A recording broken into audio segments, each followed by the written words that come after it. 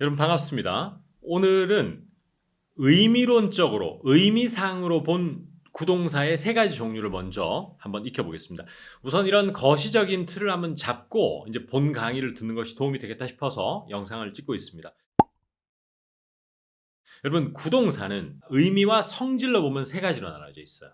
1번, 문자 그대로의, 즉 영어로 하면 literal한 의미가 있습니다. literal, 문자 그대로의. 문자 그대로.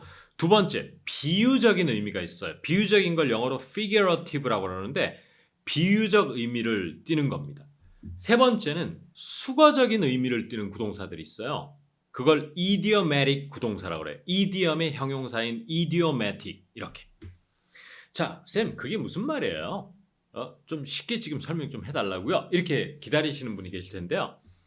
문자 그대로의 의미라는 것은 뭐냐면 모든 구동사가 그런 것은 아니지만 상당수 구동사는 원래 시각적 묘사에서 시작된 겁니다. 시각적인 묘사. 말 그대로 무엇이 떨어졌다. 위에 있던 게 선반 같은 데 놓여있던 게 떨어지는 게 fell off잖아요. 그죠? fall off란 말이에요. 그런 시각적인 묘사, describe를 해야 되는 것이 구동사의 가장 많은 용법을 차지합니다. 그게 바로 문자 그대로의 용례라는 거예요. 예를 들어서 지난 시간에 그 청바지를 벗다라고 할 때 잘 안 벗겨지는데 세게 당겨서 벗을 때 pull off를 말씀드렸잖아요. 그러면 겨울 스웨터 같은 게 여러분 세게 벗는 걸 pull off a sweater 이렇게 할 수 있거든요. pull off a sweater. 자, 그것이 바로 1번 문자 그대로의 의미인데 모든 구동사가 그렇진 않지만 상당수 구동사는 그런 시각적인 의미에서 출발했다가 비유적 의미로 확장되는 경우가 상당히 많아요. 예를 들어 pull off가 대표적일 텐데 원래는 시각적으로 뭐를 세게 당겨서 벗다는 의미지만 여러분 특이하게 생긴 모자나 선글라스 같은 걸 소화하다라고 하는 거 있죠. 그런 것을 난 저거 소화 못해 이러면 I can pull it off라고 그러거든. I cannot pull it off. 그러면 원래 비주얼한 의미에서 pull off가 쉽지 않은데 당겨서 벗은 거잖아요. 따라서 소화하기 쉽지 않은 안경이나 패션을 소화한 것 역시나 잘 안 벗겨지는 스웨터를 결국 당겨서 벗은 것과 똑같은 거예요. 이렇게 쉽지 않은 것을 해내다라는 의미로 발전한 것이죠. 느낌 조금 오시죠? 그러면 pull off가 역시 비유적으로 쓰게 되면 어떤 말이냐면은 축구 경기가 90분인 거 아시죠, 여러분? 그런데 89분까지 지고 있었어요, 경기를. 근데 1분 남겨두고 1대 0으로 지다가 2골을 넣어서 결국 승리를 따내는 경우 pull off a victory라고 그래요. pull off a victory. 그러면 승리를 따내다 거머쥐다. 쉽지 않은데 해낸 거잖아요. 그것이 바로 문자 그대로의 의미의 pull off가 비유적으로 바뀐 거예요. 그러면 실제로 여러분 놀이터에서 놀거나 어떤 현장에서 뭘 묘사할 때는 1번의 의미로 많이 쓰겠죠. 맞죠? 이거 치워라 이런 것들 move something out of the way 이런 거 있지 않습니까? move something out of the way 이런 시각적인 걸 많이 쓰겠죠. 그런데 성인이 되어서 어떤 주제를 가지고 이야기를 하거나 어떤 이런 얘기를 할 때는 비유적인 의미에서의 구동사를 쓸 수밖에 없는 거예요. 말 자체가 그런 거예요. 그 대표적인 것이 이제 stick around도 대표적이거든.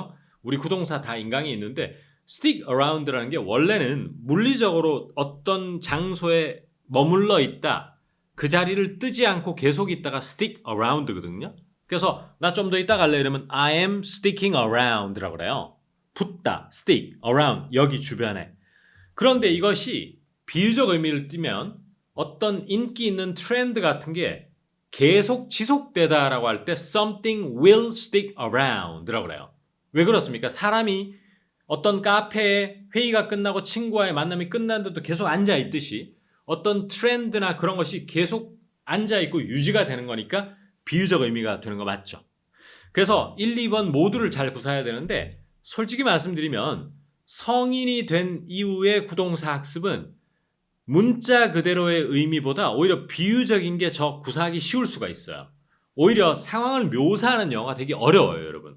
그게 왜냐면은 언어라고 하는 게 습득의 과정을 거쳐서 어릴 때 놀이터에서 놀면서 엄마하고 부엌에서 함께 요리를 하면서 픽업한 것과 성인이 되어서 논리적으로 이해를 하는 것과의 차이에서 발생하거든요. 오히려 비유적인 게 성인이 되면 이해하기 더 쉬운 거예요.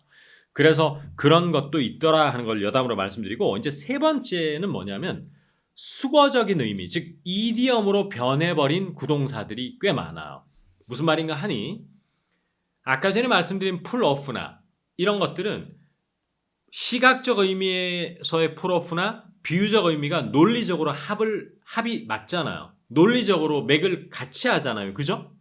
그런데 어떤 구동사들은 개별 동사나 부사나 전사를 연결시켜서 논리적으로 왜 그 뜻이 됐는지 전혀 알 길이 없는 친구들이 꽤 많아요.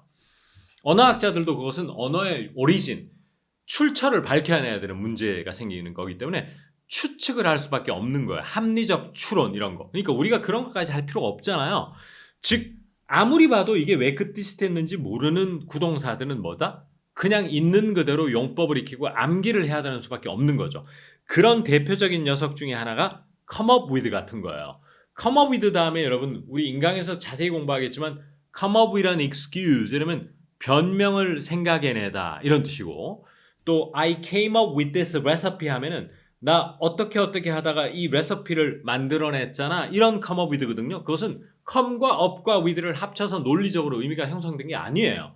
그냥 하나의 이디엄적인 표현으로 완성이 된 것이죠. 따라서 이걸 논리적으로 이해하려고 들면 불필요한 시간과 에너지를 낭비하는 거거든요. 따라서 수거적인 것은 있는 그대로 암기를 하시면 됩니다. 아시겠죠? 그래서 우리가 물론 오늘 설명드린 거나 지난 시간에 설명드린 것이 꼭 필요한 학습인가 물으면 저도 뭐 어떻게 반문하기 힘든데 구동사라는 녀석을 한번 제대로 공부하기에 앞서서 이런 것을 내용적으로 또 목적어의 위치 같은 걸 한번 잡아두고 학습을 이어가면 이제 공부할 때 심리적으로 좀 안정감을 느낄 수 있을 것 같다. 그런 생각이 듭니다. 그래서 꼭 알고 우리 이제 본 강의 학습 이제 다음 시간부터 해보면 어떨까 그런 생각이 듭니다.